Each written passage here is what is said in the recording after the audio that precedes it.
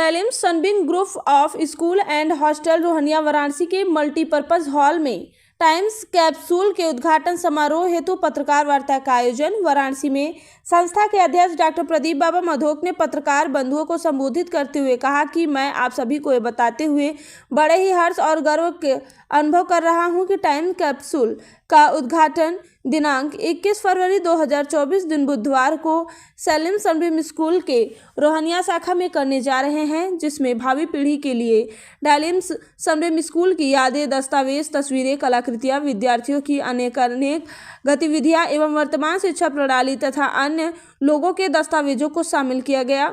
इससे आने वाली पीढ़ी यह जान सकेगी कि सबसे पहले किस प्रकार की शिक्षा प्रणाली गतिविधियां होते थे।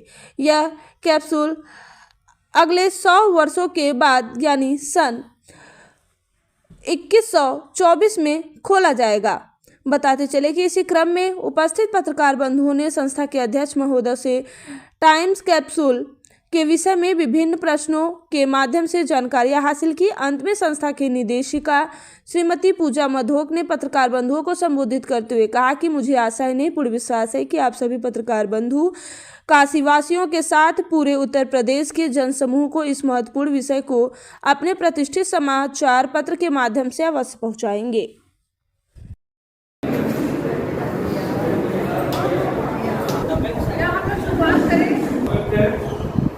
Welcome to the campus of Dalim Sनबिन School।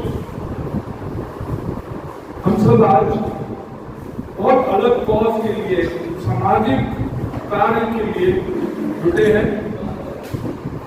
यह एक ऐसा कार्य है जो कि संपूर्ण भारतवर्ष में किसी भी संस्था, विद्यालय ने कभी भी टेकअप नहीं किया है। यह कार्य है अपनी संस्कृति, अपनी जो जड़ है उसको सही तरीके से संभाल के और आगे आने वाले 100 वर्ष बाद की जनरेशन को सौंपना। यह एक ऐसा काम है जो कि आज तक हम लोग देखते हैं विश्व के चारों तरफ दुनिया में लोग कुछ अवशेष, कुछ ऐसी चीजें, निशानियां हमारे जो पूर्वज हैं उनकी निकालते हैं और फिर उसमें शोध होता है कि यह पूर्वज कैसे थे, क्या था, इनकी संस्कृति कैसी थी, कल्चर कैसा था। इसी सब को लेते हुए आज ये प्रोजेक्ट जो डालिम सनबिन स्कूल लेके आया है, टाइम कैप्सूल। यह टाइम कैप्सूल एक ऐसी चीज है जो कि एक इस प्रकार के मटेरियल में हम लोग सारे अपनी जितनी अधिक से अधिक संस्कृति है, हमारे समय की जो विशेष चीजें हैं, कुछ किताबें हैं, कुछ उल्लेख हैं, ये सारी चीजें हम लोग इस टाइम कैप्सूल में डाल के और धरती माँ में इसको हम लोग समाहित कर देंगे।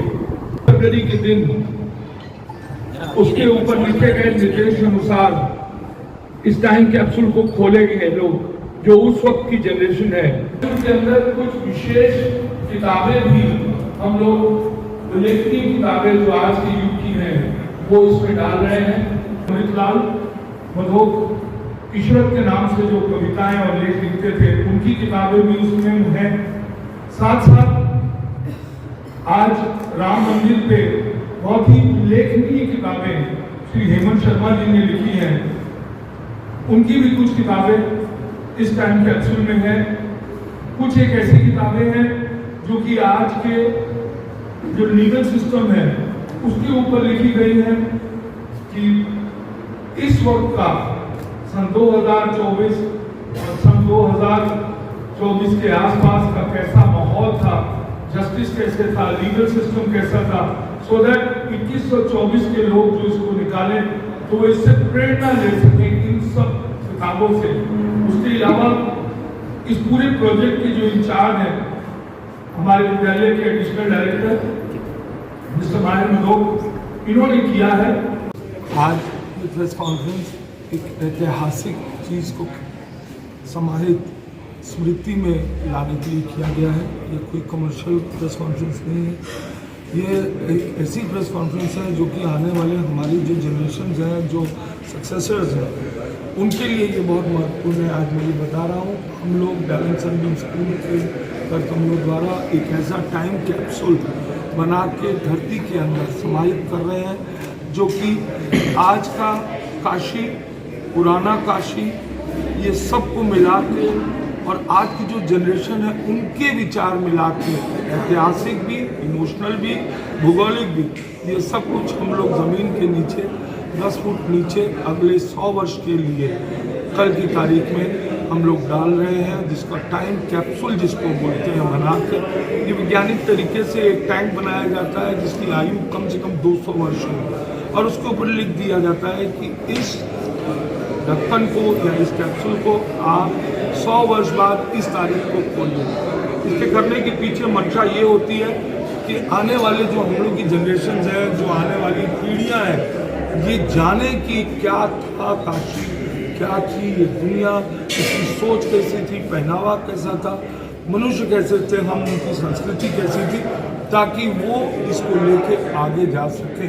आज विज्ञान ठीक है, हम लोग को आर्टिफिशियल इंटेलिजेंस की ओर ले जा रहा है, बहुत सारी चीज़ों की ओर ले जा रहा है, पर किंतु इस प्रकार के टाइम कैप्सूल के समाहित करने से हम अपने इमोशन, अपनी संस्कृति, अपने आप को, अपने अंदर के मनुष्य को हम जिंदा रख सकते हैं आगे आने वाले मॉडर्न वर्ल्ड के चैलेंजेस के सामने। और ये सारी चीज़ें, ये सोच जो आपको मैं बता रहा हूँ, ये हमारे एडिशनल डायरेक्टर माहिर मधूब की सोच है। ये एक पुत्र की तरह नहीं मैं इनको इंट्रोड्यूस कर रहा हूँ, एक प्रोफेशनली बता रहा हूँ कि सारा A to Z सब कुछ इनकी सोच है, इन्होंने किया, इन्होंने ही वैज्ञानिकों से संपर्क किया और आज आपके सामने टाइम कैप्सूल मौजूद है। आप सब लोग का मैं वेलकम करना चाहूँगा। नोट्स लिख दिए जो कहा गया था कि आप लोग अपना मैसेज लिख के दें। अब अगर जिसने नहीं दिया है प्लीज अभी लिख के दे दीजिए।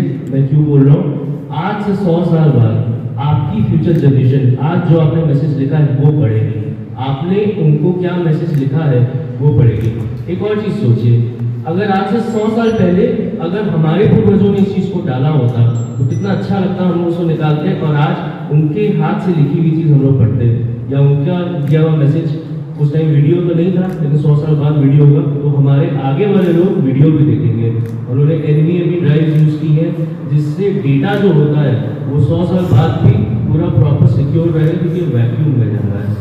टाइम कैप्सूल का कॉन्सेप्ट मुझे इसीलिए ऐसे आया कि मैं चाहता था कि कोई एक तरीका हो कि 100 साल बाद की जो हम लोग की जनरेशन है वो उनसे हम लोग डायरेक्ट कम्युनिकेट कर पाए, क्योंकि कोई और तरीका है नहीं। उनको हम लोग के बारे में पता चलेगा कहीं अगर हम लोगों ने कोई रिमार्केबल चीज़ की होगी न्यूज़ के थ्रू या किसी और वीडियो के थ्रू, इन सब चीज़ों के थ्रू, पर फर्स्ट हैंड मैसेज नहीं पहुंचता कभी भी।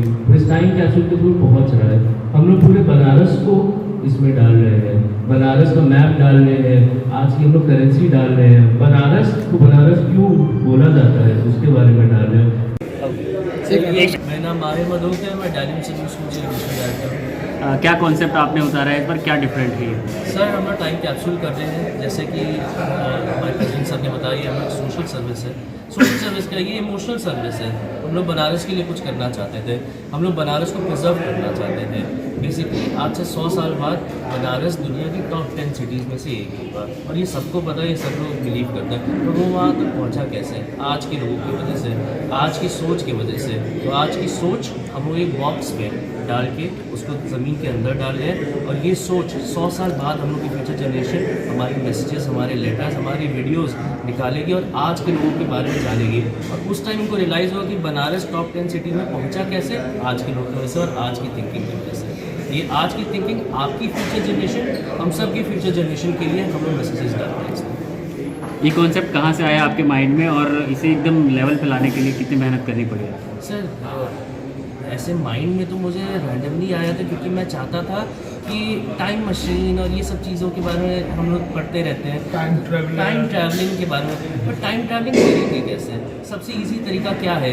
अपने आगे खुद की जनरेशन और बनारस के जितने लोग हैं उनको एक फर्स्ट हैंड खुद से मैसेज लिख के देना, ये टाइम ट्रैवल है। यही कॉन्सेप्ट को फिर हम लोगों ने बनाया।